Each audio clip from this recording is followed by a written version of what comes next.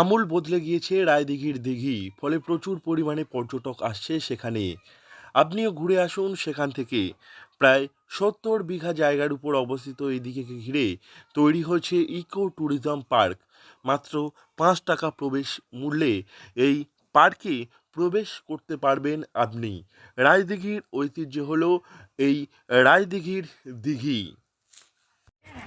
Raidighi park নিয়ে অনেক আগে বলার ছিল না, কিন্তু এখন অনেক কিছু বলার আছে। হুম। আমাদের যে বিধায়ক সাহেব, উনি আসার পর থেকে রায়দিঘি পার্কের অনেক উন্নতি হয়েছে।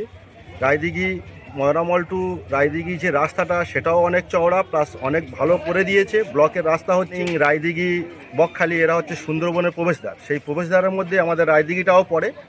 তাই পর্যটন করতে আসে, তাদের প্রচুর ভিড় হচ্ছে এখন থেকে। দেখা যাক আমরা তার মধ্যে রায়দিঘিটা পার্কটা আরও কত করতে পারি। বর্তমানে সুন্দরবন উন্নয়ন পর্ষদ, দক্ষিণ ২৪ পরগনা জেলা পরিষদ, রাজ্যের পর্যটন বিভাগ সহ একাধিক দপ্তরের উদ্যোগে এই দিঘির সংস্কারের কাজ শুরু হয়েছে। এখনও পর্যন্ত প্রায় ৫ কোটি টাকা ব্যয় করা হয়েছে দিঘির উন্নয়নের পিছনে। আমূল বদলে ফেলা হয়েছে দিঘিটিকে। বর্তমানে চারিদিকে সুসজ্জিত ফুলের গাছ লাগানো হয়েছে। পর্যটকদের থাকার জন্য তৈরি করা হচ্ছে কটেজ, চলছে সৌন্দর্যায়নের কাজ।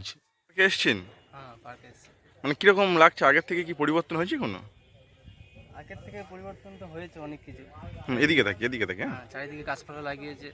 হুম। সামনে গেটও করছে। খুব সুন্দর একটা পরিবেশ, তবে খুব ভালো লাগছে এখানে এসে।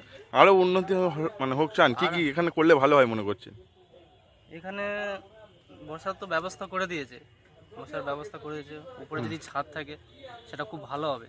রায়দিঘির ঐতিহ্য হলো রায়দিঘির দিঘি। শতাব্দী প্রাচীন এই দিঘির নামেই এলাকার নাম।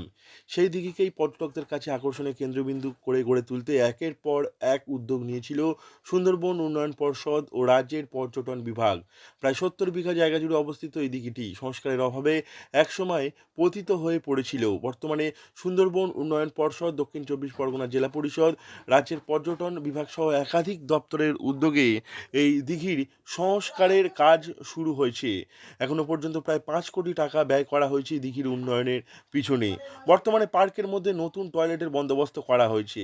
এখানে আসলে আপনি পার্ক ঘোরার পর ঘুরে আসতে পারেন বিখ্যাত জটার দেউলে। পার্ক থেকে মাত্র ৭ কিলোমিটার দূরে অবস্থিত এই দেউল। তাহলে আর অপেক্ষা কিসের? ঘুরে আসুন রায়দিঘির দিঘি থেকে। রায়দিঘি থেকে নবাব মল্লিকের রিপোর্ট, লোকাল ১৮ বাংলা।